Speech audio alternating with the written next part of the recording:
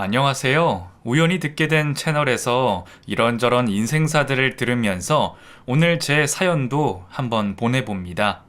저는 어느 작은 시골 마을에서 태어났어요. 부모님께서는 쌀 농사를 크게 짓고 계셨는데 지역 유지이기도 하셔서 어릴 적 크게 부족함이 없이 자랐습니다. 사실 그때는 풍족한 생활이 뭔지도 잘 몰랐죠. 작은 시골 마을에서 고등학교까지 나왔는데 잘 살아봐야 뭐 얼마나 잘 살았겠어요. 시골 인심이 좋아 서로 먹을 것을 나누고 네 집 내 집 할 것 없이 일도 도와주고 그렇게 살았어요.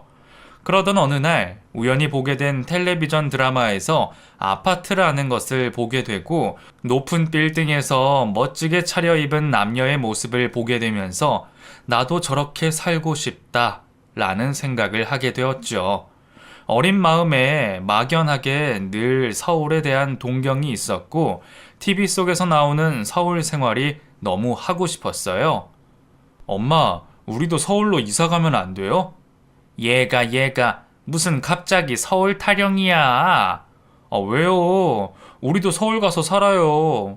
나도 서울에서 학교 다니고 싶어. 그럼 농사는 누가 짓니? 서울 가면 손가락 빨고 살 거야? 어머니께서는 제가 서울 타령을 할 때마다 철없는 소리 한다며 꿀밤을 때리시곤 했어요. 옆에 계시던 아버지께서도 헛바람 들어서 그런다면서 코베어 간다는 서울이 뭐가 좋냐고요. 나중에 아빠 하는 농사나 물려받을 생각을 하라고 하셨어요. 저는 위로 누나만 둘이 있었는데 아버지께서는 제가 농사를 이어서 하시길 바라셨어요. 방학 때도 심지어 시험 기간에도 남들 다 공부 못 시켜서 안달인데도 아버지께서는 새벽에 저를 깨워서 밭으로 나가곤 하셨어요. 그럴수록 저는 서울에 대한 동경심만 더욱 커졌었죠.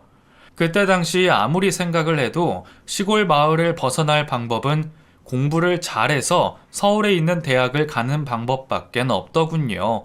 그래서 미친 듯이 공부를 했습니다. 사실 그때까지 저는 공부보다는 친구들과 어울려서 노는 것을 더 좋아했습니다. 수업 시간에는 늘 자기 바빴죠. 그러나 감사하게도 부모님께서 공부머리를 주셔서 공부해야겠다고 결심한 이후 고등학교 3년 내내 전교 1등을 했습니다. 그렇게 저는 우리나라에서 제일 좋다는 대학교에 입학하게 됐었어요. 합격 발표가 나던 날 얼마나 기뻤는지 몰라요. 부모님께서도 늘 서울 타령하는 저를 구박 아닌 구박을 하시면서도 떡하니 대학교에 합격을 하고 나니 너무나 좋아하셨죠. 늘 엄하시기만 하셨던 아버지께서 그렇게 활짝 웃으시는 것은 처음 봤습니다. 술 한 잔을 걸치시고는 날 닮아서 저 녀석이 머리 하나는 좋다 이거야! 라고 하시며 동네방네 자랑하고 다니셨어요.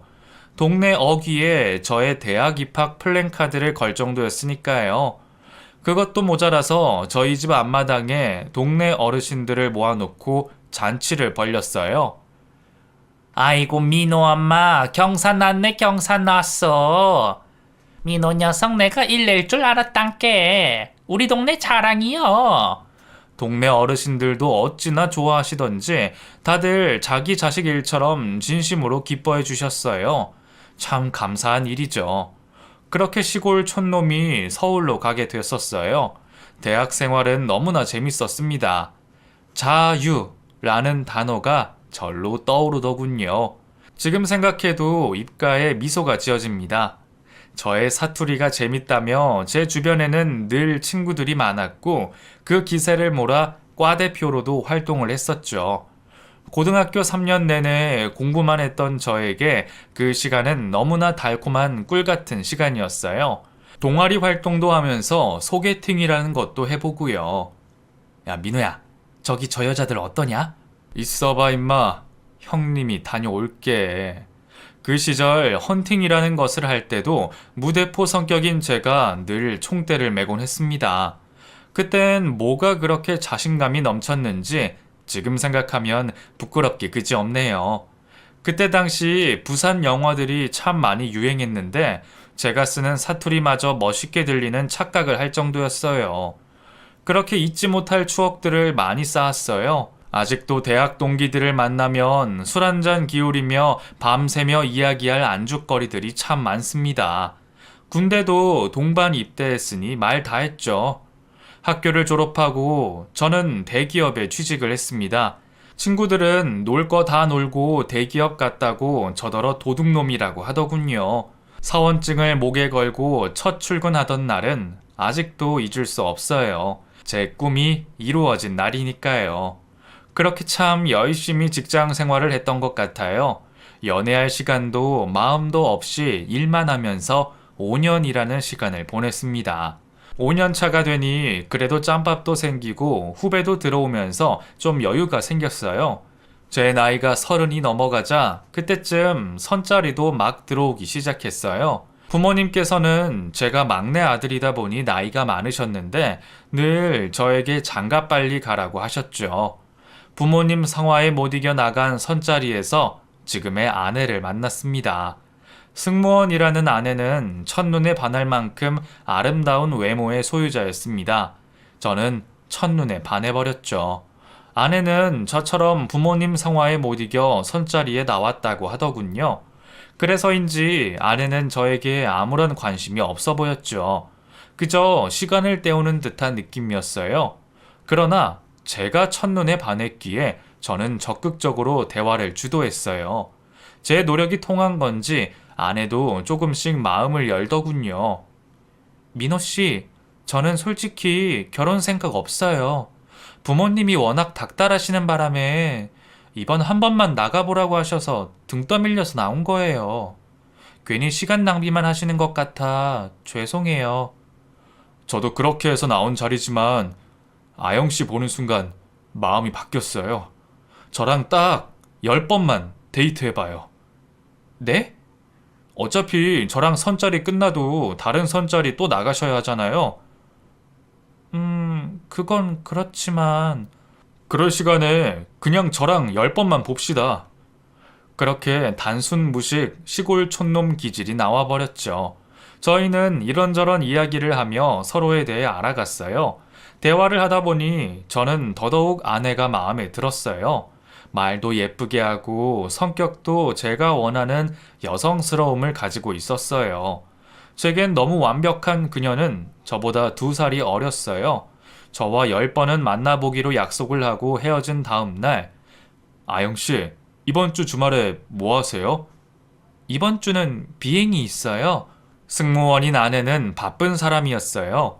비행이 잡히면 며칠씩 한국에 없었고, 주말에 쉬는 저에 반해 아내는 평일에 쉬는 날이 많았죠. 그래도 한번 무엇에 꽂히면 물불 가리지 않는 제 성격상 상황과 환경은 중요하지 않았습니다.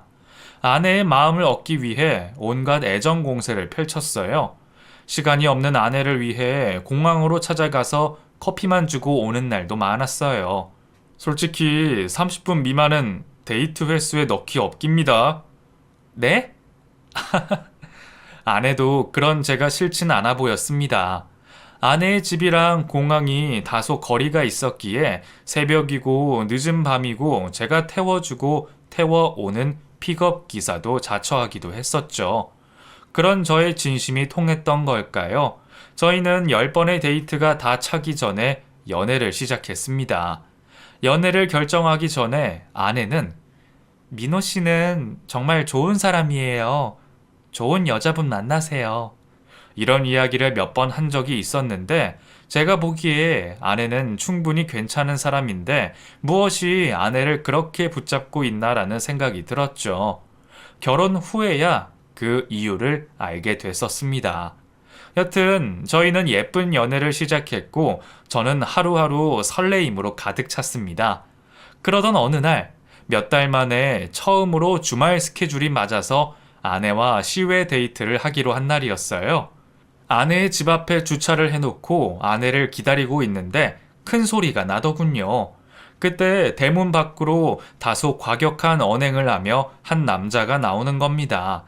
뒤따라 나온 여자아이 한 명이 아빠! 하면서 울더군요.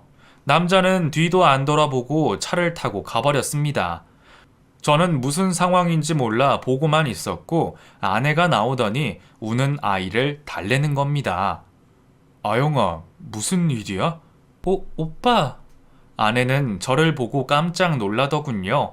아내 품에서 울고 있는 꼬마 아이도 눈을 동그랗게 뜨고 저를 쳐다보고 있었어요. 뒤이어 아내의 어머니께서 나와서는 저를 보더니 놀라시더라고요. 안녕하세요, 어머님. 이렇게 처음 뵙네요. 아, 민호 씨. 우리 아영이한테 이야기 많이 들었어요. 네, 어머님. 이렇게 만나 뵐 줄 모르고 아무 준비도 못했습니다. 아이고, 무슨 소리. 둘이 오늘 데이트해요? 시간 괜찮으면 잠깐 들어와서 커피 한잔하고 가요.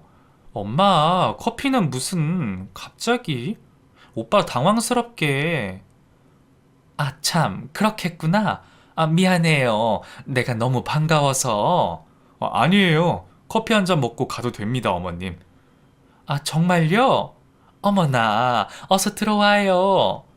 아내의 어머니도 상당히 미인이셨어요. 그리고 너무 친절하셨죠.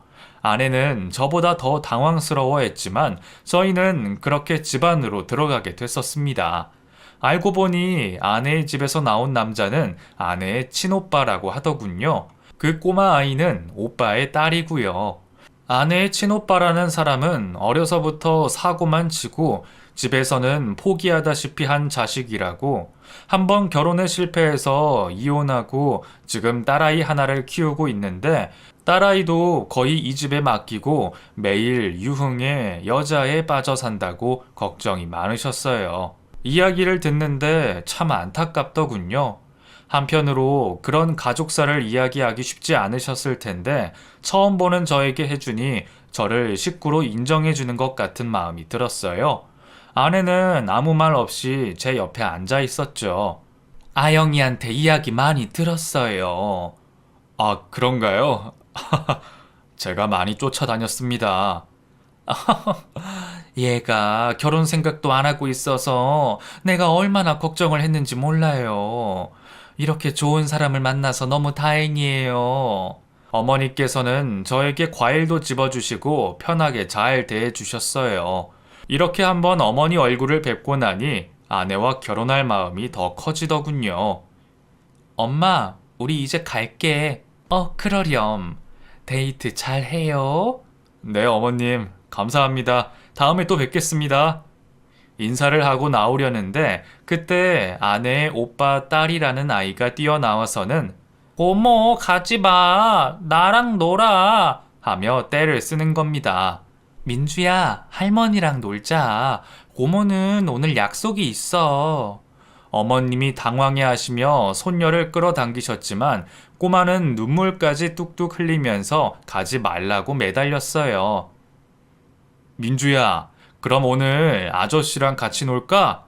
제 말에 눈물을 뚝 그치더니 너무 좋다고 폴짝폴짝 뛰는 아이. 어머님과 아내가 말렸지만 저는 아이와 함께 놀고 오자고 그렇게 고사리 같은 손을 잡고 나왔습니다. 사실 그날은 아내와 외곽으로 드라이브를 하고 바다가 보이는 곳에서 멋진 저녁 식사를 하려고 예약까지 다 해둔 상태였어요. 그런데 아내 조카와 함께 노는 걸로 일정이 갑자기 바뀌게 되어 저는 아내와 조카를 데리고 놀이동산으로 갔습니다.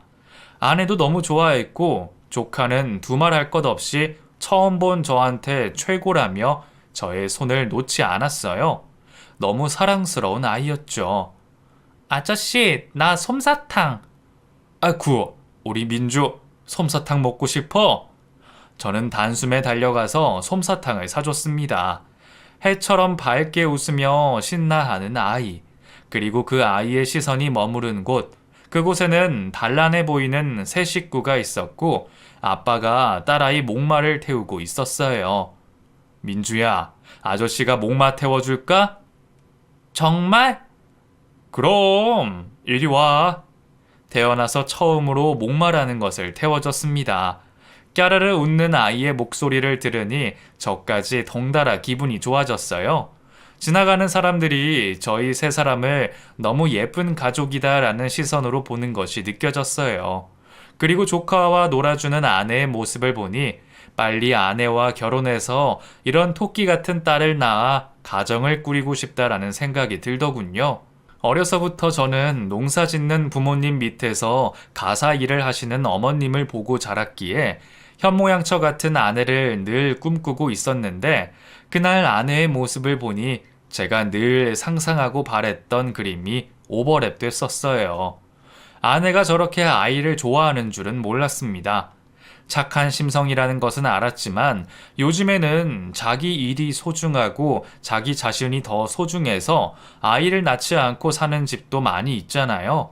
승무원이라는 멋진 직업을 가진 아내였기에 행여나 그런 생각을 가지고 있지 않을까 걱정했었는데 그날 조카와 놀아주는 모습을 보니 그런 걱정이 사라졌습니다. 놀이동산에서 신나게 놀고 아내 집으로 데려다 주는 길에 조카는 차에서 잠이 들어버렸고 아내는 저에게 진심으로 고맙다고 했어요. 아영아, 우리 결혼하자. 응? 너랑 예쁜 가정을 꾸리고 싶어. 오빠, 나는 아직 결혼 생각이 없어. 오빠 믿어줘. 나 자신 있어. 정말 멋지게 프로포즈하고 싶었는데 그날 왜 그랬는지 그렇게 불쑥 프로포즈가 나왔습니다. 아내는 정말 저를 사랑한다고 했지만 그날도 저에게 오빠는 좋은 여자 만나서 결혼해야 되는데 라는 말을 했어요. 넌 정말 좋은 여자야. 내가 잘할게. 우리 결혼하자. 그 후로도 몇 번의 끈질긴 저의 청혼에 저희는 결혼을 하기로 했습니다. 정식으로 아내의 집에 인사를 간 날 아내의 친오빠라는 사람도 처음 인사를 나누게 됐었어요. 형님, 잘 부탁드리겠습니다.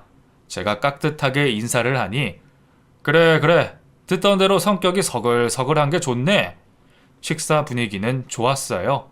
장모님께서는 저에게 고기를 계속 얹어주시면서 챙겨주셨죠. 저희 집에서도 아내를 너무 예뻐해 주셨습니다. 아내를 보려고 동네 어른들도 찾아오는 바람에 당황했을 텐데 아내도 웃으면서 좋아해 줬죠. 결혼을 준비하는 과정에도 큰 문제 없이 순탄하게 잘 진행이 됐었어요. 아니, 진행이 되는 듯 했어요. 어느 날 형님이 저한테 전화 한 통이 오셨더군요. 이서방, 오늘 바쁜가? 아닙니다, 형님. 말씀하세요. 아영이한테는 이야기하지 말고 나랑 잠깐 좀 봤으면 하는데. 저는 무슨 일인가 싶어 퇴근하자마자 형님이 보내주는 주소로 달려갔습니다. 어둑한 바에서 형님은 이미 술을 한잔 하고 계셨고 저를 보더니 손을 들어 인사하셨어요. 형님, 무슨 일 있으세요? 딴 게 아니고 말이야. 내가 구상하고 있는 사업이 하나 있는데 말이야. 그렇게 형님은 저한테 사업 설명을 하셨고 저는 당혹스러웠지만 형님 말씀이기에 귀담아 잘 들어줬습니다. 그래서 말이야, 내가 투자자를 찾고 있는데 자네 생각이 나지 뭐야. 네? 순간 당황해서 말문이 막히더군요. 근데 형님, 아무래도 이건 아내랑 상의를 하고 결정을 해야 할 것 같아요. 저 혼자 결정할 문제는 아닌 것 같아서. 에이, 뭘 이런 걸 의논하고 그래. 남자들끼리 하는 일에. 그리고 아영이는 하라고 할 거야. 걔는 내가 하는 일에 다 찬성이거든. 아영이는 걱정 안 해도 돼. 그렇게까지 말씀하시니 거절하기도 못하고 일단 알겠다고 하고 다음날 형님 가게에서 다시 이야기하자고 했습니다. 돈이 한두 푼도 아니고 1억을 투자하라고 하시는데 어느 누가 쉽게 결정을 할 수 있겠어요. 그리고 결혼하면 경제권을 아내에게 맡기기로 약속했던 터라 이번 일은 아내가 알아야 한다고 생각했어요. 그래서 아내에게 사실대로 이야기했죠. 뭐? 오빠가? 안 돼. 절대 해주지 마. 형님한테 거절하기가 불편하네. 미안해, 오빠. 이런 일 겪게 해서. 내가 오빠한테 이야기할 테니까 오빠는 신경 쓰지 마. 그러면 내 입장도 곤란해지지. 거절을 하더라도 내가 해야지. 아니야. 내가 알아서 할게. 그래도 그건 아닌 것 같아. 내가 내일 형님 만나서 정중히 거절할게. 미안해, 오빠. 에이, 가족끼리 뭐가 미안해. 형님도 좋은 사업이니까 나한테 투자하라고 하신 걸 텐데 나쁜 걸 권하셨겠어? 응. 다음날 형님을 찾아뵙고 거절을 하려고 하는데 형님으로부터 전화가 걸려왔습니다. 이서방, 그 안 그래도 그 어제 말한 투자건 말이야. 그 다른 투자자가 생겨서 그쪽으로 진행하게 됐어. 그 미안해서 어쩌지? 아, 아닙니다, 형님. 안 그래도 그 일로 오늘 찾아뵙고 말씀드리려고 했는데 다른 투자자가 생겼다니 너무 다행이네요. 그러게 말이야. 내 맘 같아서는 자네 돈 벌게 해주고 싶은데 이번 일은 그렇게 됐어. 네, 형님. 신경 써주셔서 감사합니다. 그렇게 그 일은 일단락됐었어요. 나중에 안 사실이지만 형님이 구상하던 사업은 보기 좋게 망해버렸고 돈도 다 날려버렸다고 하더군요. 그때 투자했으면 1억이라는 돈을 다 날릴 뻔했던 거죠. 그 사건 이후로 저는 형님과는 돈 거래는 절대 하면 안 되겠다 그 생각을 하게 됐었습니다. 모르긴 몰라도 그런 식으로 날린 돈이 꽤 되는 것 같더라고요. 장모님께서는 유흥, 여자, 도박으로 전 부인에게도 이혼 당해놓고는 여전히 정신을 못 차린다면서 걱정이 한가득이셨어요. 한 배에서 태어났는데 어떻게 저렇게 다르냐고. 보통 딸은 뒤로 하고 장남을 끼고 사는 집이 허다한데 처가댁은 반대였어요. 아내를 엄청 사랑하고 아끼는 게 느껴졌어요. 그도 그럴 것이 늘 사고만 치는 아들과는 달리 부모님이 원하는 대로 예쁘게 잘 커준 딸이라 더 그런 것 같았어요. 여튼 그 일 말고는 모든 결혼 진행도 원활하게 척척 잘 됐었고 모든 사람들 축하 속에서 저희는 부부가 됐었어요. 아내와의 신혼생활은 너무나 행복했습니다. 제가 꿈꿔왔던 시간들이었어요. 둘 다 나이가 아주 많은 것이 아니었기에 2세 계획은 천천히 가지고 신혼을 즐기자고 했습니다. 최대한 시간을 맞추어 여행을 다니며 함께 시간을 보냈죠. 결혼 후에도 아내는 여전히 사랑스러웠어요. 친구 녀석들이 술 한잔 하자고 불러내도 아내가 집에서 기다리고 있다고 빠지기 일쑤였죠. 에이, 저 녀석 저거 결혼하더니 변했네 변했어. 대단한 애처간 납셨어. 야, 얼마나 가나 보자. 친구들이 놀려댔지만 저는 집에서 저를 기다리고 있을 아내 생각에 그런 말들은 귀에 들리지도 않았어요. 노래 가사처럼 정말 빈틈없이 행복했습니다. 그러던 어느 날 아내가 조카가 며칠 우리 집에 있어도 되겠냐고 했어요. 오빠가 또 무슨 사고를 쳤는지 조카만 처가댁에 덩그러니 놓고 가버렸다고 하더군요. 그때 당시 장모님이 허리디스크 수술을 하셔서 조카를 봐줄 수 있는 상황이 아니라 아내는 우리 집에 며칠 데리고 있어도 되냐고 했어요. 저는 흔쾌히 그렇게 하라고 했습니다.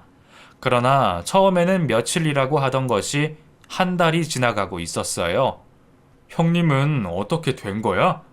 모르겠어. 전화 연락도 안 되고 정말 오빠 미안해. 아니야, 뭐가 미안해. 민주가 있으니까 집이 더 활기차고 좋지. 아, 그런데 민주 생모 말이야. 거기랑은 아예 왕래가 없는 거야? 아, 응, 그런 것 같아. 아니, 저렇게 예쁜 딸을 두고 눈에 밟히지도 않나? 아내는 아무 말이 없었습니다. 어딘가 모르게 슬픈 표정의 아내. 미안해, 오빠. 민주 때문에 불편한 게 많지? 집에 와도 제대로 쉬지도 못하고. 아니야, 난 정말 좋아. 신경 안 써도 돼. 사실 조카가 온 후로 저는 정말 더 좋았습니다. 애교 많은 조카는 유독 저를 너무 좋아했고 제가 퇴근하고 집에 가면 놀래켜준다고 현관 옆에 숨어 있기도 하고 저 준다고 고모랑 같이 주먹밥을 만들었다며 입에 넣어주기도 하고 너무너무 사랑스러운 아이였거든요. 자식을 보고 눈에 넣어도 안 아프다고 한다고 하더니 제가 그 짝이었습니다. 완전 조카 바보가 된 거죠. 길거리를 지나가다가 여자아이 옷이 보이면 발걸음을 멈추고 보게 되고 퇴근길에는 꼭 조카가 좋아하는 케이크나 과자를 사들고 갑니다. 이번 주말에는 어디를 갈까 고민하며 서치하기 바쁘고요. 제가 조카를 그렇게 예뻐하니 아내는 한시름 마음이 놓인다고 했어요. 저한테 진심으로 고마워했죠. 조카는 아내와 많이 닮아 있었어요. 밖에 데리고 나가면 딸이 엄마랑 똑 닮았네. 이런 말들을 아주 많이 들었죠. 새하얀 피부에 쌍꺼풀 진한 큰 눈망울. 정말 우리가 딸을 낳아도 저렇게 예쁜 아이가 태어날 거라는 생각이 들 정도였죠. 둘이서 놀고 있는 모습을 보면 정말 어느 누가 봐도 엄마와 딸이었어요. 그런 모습을 보면서 저는 우리 둘 사이에 태어날 아이를 더욱 기대하게 됐었습니다. 그러던 어느 날 아내가 저에게 할 말이 있다고 하더군요. 오빠, 나 육아휴직 쓸까봐. 그래? 응, 우리 임신 준비도 해야 되는데 비행하면서는 힘들 것 같아. 나야 좋지. 아영아, 고마워. 아내에게 몇 번 임신 이야기를 꺼냈었지만 그때마다 아내는 아직은 아니라고 했었어요. 자기 일이 있으니 일을 포기하기가 쉽지 않아 보였죠. 그런 아내가 먼저 아이 이야기를 꺼내주니 너무 감사했습니다. 그렇게 아내가 육아휴직을 하고 집에서 살림만 하게 됐었어요. 퇴근 후 집으로 가는 발걸음이 더욱 설레었죠. 그러나 임신 준비만 하면 바로 될 줄 알았던 임신은 생각처럼 잘 되지 않았어요. 하지만 둘 다 젊었기에 조바심 내지 않고 자연스럽게 생길 거라며 그렇게 편하게 생각했습니다. 나중에 안 사실이지만 아내는 저 몰래 피임을 하고 있었어요. 그 이야기는 뒤에 하겠습니다. 아무 문제가 없던 저희 가정에 또 한 번 사건이 일어납니다. 오빠. 아영아, 무슨 일이야? 오빠. 아내가 다급한 목소리로 흐느끼면서 전화가 왔어요. 형님이 도박으로 전 재산을 날린 것도 모자라서 장모님 몰래 처가댁 명의로 사채를 썼다고 하더군요. 장모님 댁이 경매로 넘어가게 생겼다고요. 정말 해도 해도 너무한다 싶었습니다. 자기 딸 자식은 저희 집에 맡겨놓고 잘 크고 있는지 전화 한 통 없던 사람이 그것도 모자라서 장모님 인감을 훔쳐다가 집을 담보로 사채를 쓰다니요. 그 일로 장모님은 쓰러지셨고 당장에 집이 경매로 넘어갈 판이어서 저는 급한 대로 제가 모아둔 돈과 회사의 퇴직금을 정산해서 급한 불을 껐습니다. 자네한테 면목이 없네. 장모님이 제 손을 잡고 우셨어요. 장모님, 그런 말씀 마세요. 가족끼리 무슨 그런 말씀을 하세요. 아휴, 내가 그 녀석 때문에 제명에 못 살지. 아들 녀석이 계속 사고만 치고 다니니 그 속이 어떠시겠어요. 자기는 사고만 치고 모든 뒷감당은 가족들이 고스란히 하고 있으니 제가 다 속이 상했습니다. 형님은 그날 이후 완전 잠수를 타셨고 딸 생각도 안 나는지 전화 한 통이 없었죠. 아무것도 모르는 5살짜리 조카가 가엾기만 했습니다. 부모를 자기가 선택해서 태어날 수 있는 것도 아닌데 그 작은 아이에게 세상은 너무 가혹하더군요. 그래서인지 저는 아이가 느낄 아빠의 빈자리를 채우고자 더욱 노력했던 것 같아요. 주말마다 조카를 데리고 아내와 곳곳을 놀러 다녔고 저희 둘이었으면 안 갔을 박물관이며 미술관이며 놀이동산이며 모두 아이의 위주로 다녔습니다. 장모님께서 이제 허리가 괜찮다고 아이를 집으로 보내라고 하셨을 때 뭔지 모를 감정에 참 서운하더라고요. 아내도 내심 많이 서운해하는 것 같았어요. 조카의 짐을 싸면서 눈물까지 흘리는 것을 보면 말이에요. 집에 뛰어다니던 아이가 없으니 온 집이 텅 빈 것 같았습니다. 아내와 저는 이참에 임신 준비를 하자며 더욱 신경을 썼죠. 저희 본가 어른들도 말씀은 안 하셨지만 늘 아이를 기다리고 계셨거든요. 더 늦기 전에 손주를 안겨드리고 싶은 마음이었습니다. 그때쯤 부모님께서 농사 지으시던 땅값이 엄청나게 오르면서 두 분은 농사 일을 정리하시고 두 분 노후를 위해 짓고 계셨던 집으로 이사를 하시게 됐었어요. 평생을 하시던 농사 일을 내려놓고 이제 두 분만의 텃밭을 꾸리면서 편안하게 노후를 보내시기로 한 거였어요. 나중에 태어날 손주들이 뛰어놀기에 부족함이 없어야 한다시며 앞마당도 크게 놓으시고 돌멩이 하나, 잔디 하나도 손수 다 준비하셔서 꾸민 집이었어요. 이사를 앞두고 저는 뭐라도 해드리고 싶어서 아내에게 본가에 텔레비전이라도 하나 새 걸로 사드리자고 했죠. 당시 저의 월급은 아내가 관리하고 있었기에 아내에게 모델명을 보내주면서 주문을 부탁했습니다. 그런데 아내가 무척이나 당황스러워 하더군요. 안절부절 못하는 것이 지금까지 아내의 모습과는 달랐어요. 무슨 일이냐고 물어도 대답이 없던 아내가 저에게 꺼낸 말은 너무나 충격적이었습니다. 돈이 없다는 것.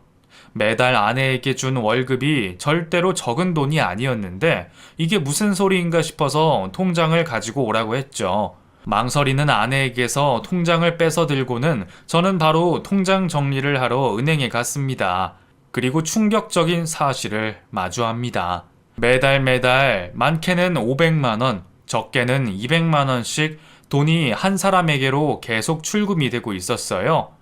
김정훈, 다름 아닌 형님의 이름이었습니다.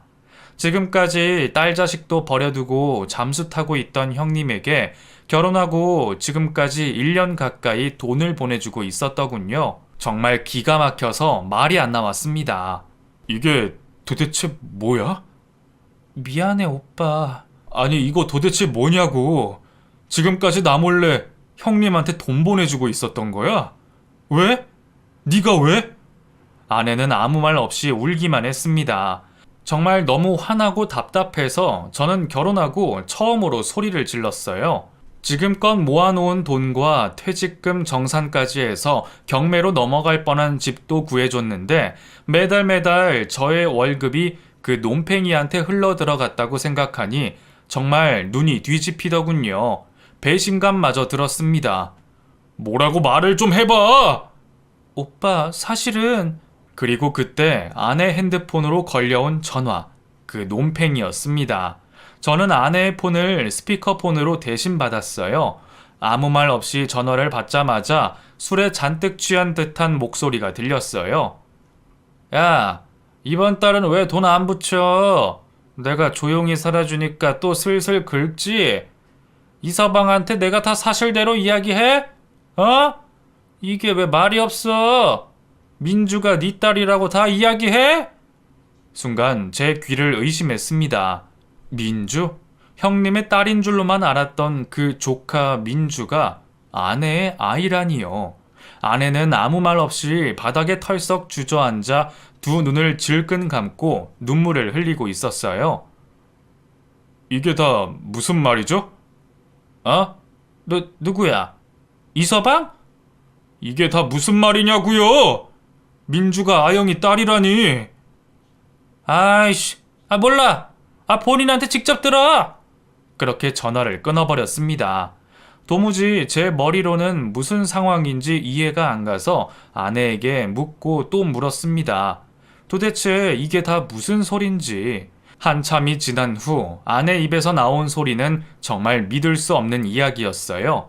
아내는 저를 만나기 전에 만났던 남자가 있었다고 합니다. 둘은 대학교 CC로 만나서 무려 5년을 연애를 했고 결혼까지 약속을 했었다고. 약혼을 하기로 한 날 남자는 나타나지 않았고 다른 여자가 생겼다는 통보만 한 채 그렇게 이별을 고했다고 합니다. 알고 보니 그 남자는 아내와 만났던 5년 내내 만나는 여자가 있었습니다. 그 충격으로 아내는 자살 시도까지 했지만 목숨 하나도 자기 뜻대로 되지 않았다고 해요. 다 포기하고 또다시 자살을 시도하려고 하던 어느 날 임신을 했다는 것을 알게 됐었답니다. 하늘이 무너지는 것 같았지만 아내는 아이를 끝끝내 지울 수 없었답니다. 부모님의 반대에도 불구하고 가출까지 하면서 기어이 아이를 낳은 아내.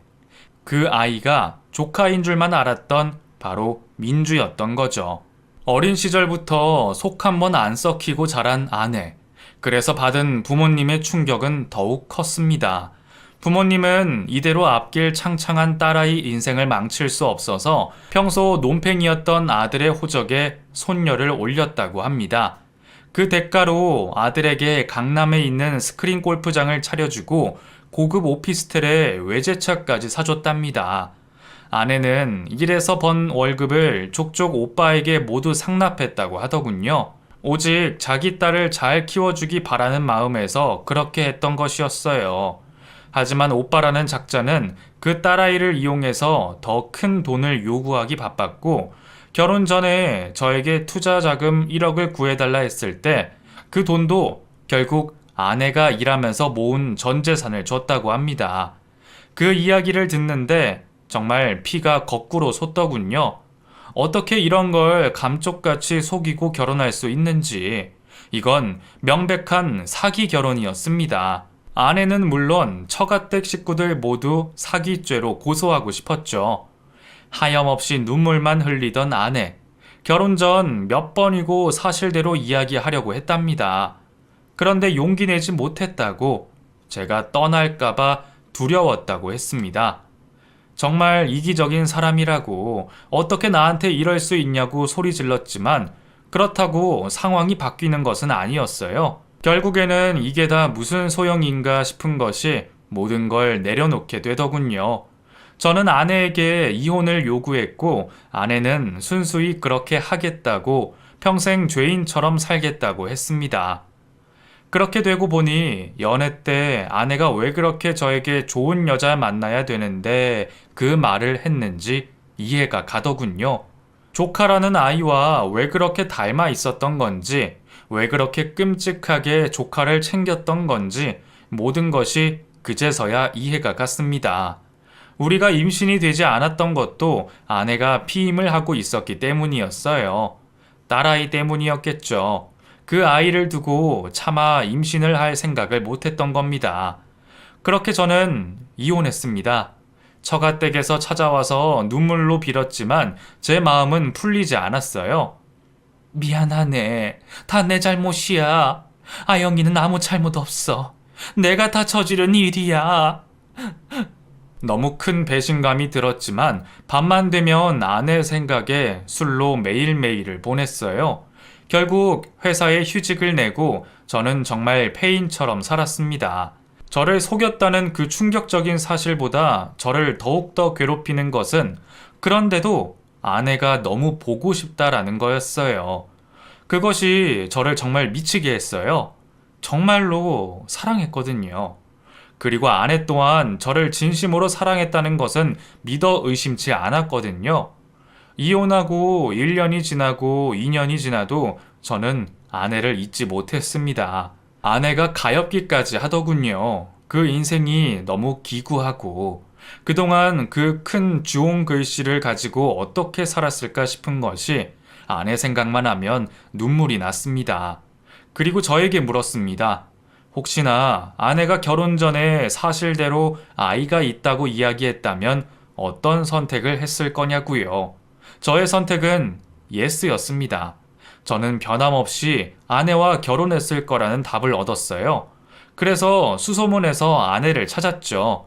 처가댁은 이미 이사를 가고 난 후였어요.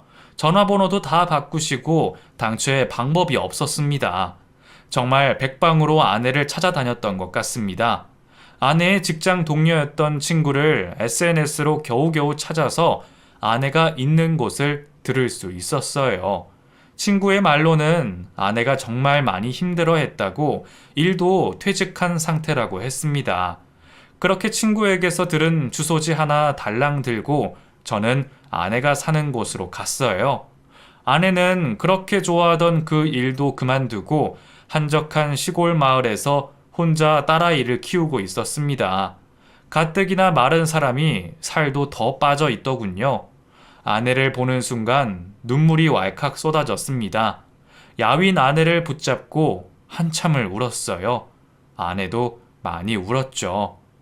아영아, 나 너 없이는 못 살 것 같아. 오빠, 미안해. 내가 정말 미안해. 저희 둘의 사랑에는 아무런 이상이 없었어요. 그걸 확인하는 순간이었어요.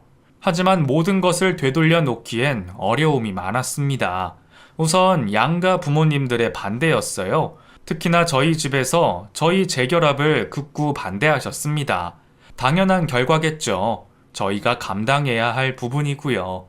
아직 저희 부모님은 저희를 보고 있지 않으세요.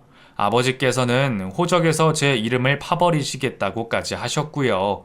저도 정답은 모릅니다. 하지만 분명한 거는 아내를 사랑한다는 것이었어요. 떨어져서 평생을 산다면 평생을 후회할 것 같았어요. 그래서 저는 처음이자 마지막으로 다른 어떠한 것도 생각하지 않고 내 감정에만 충실해 보이기로 했습니다.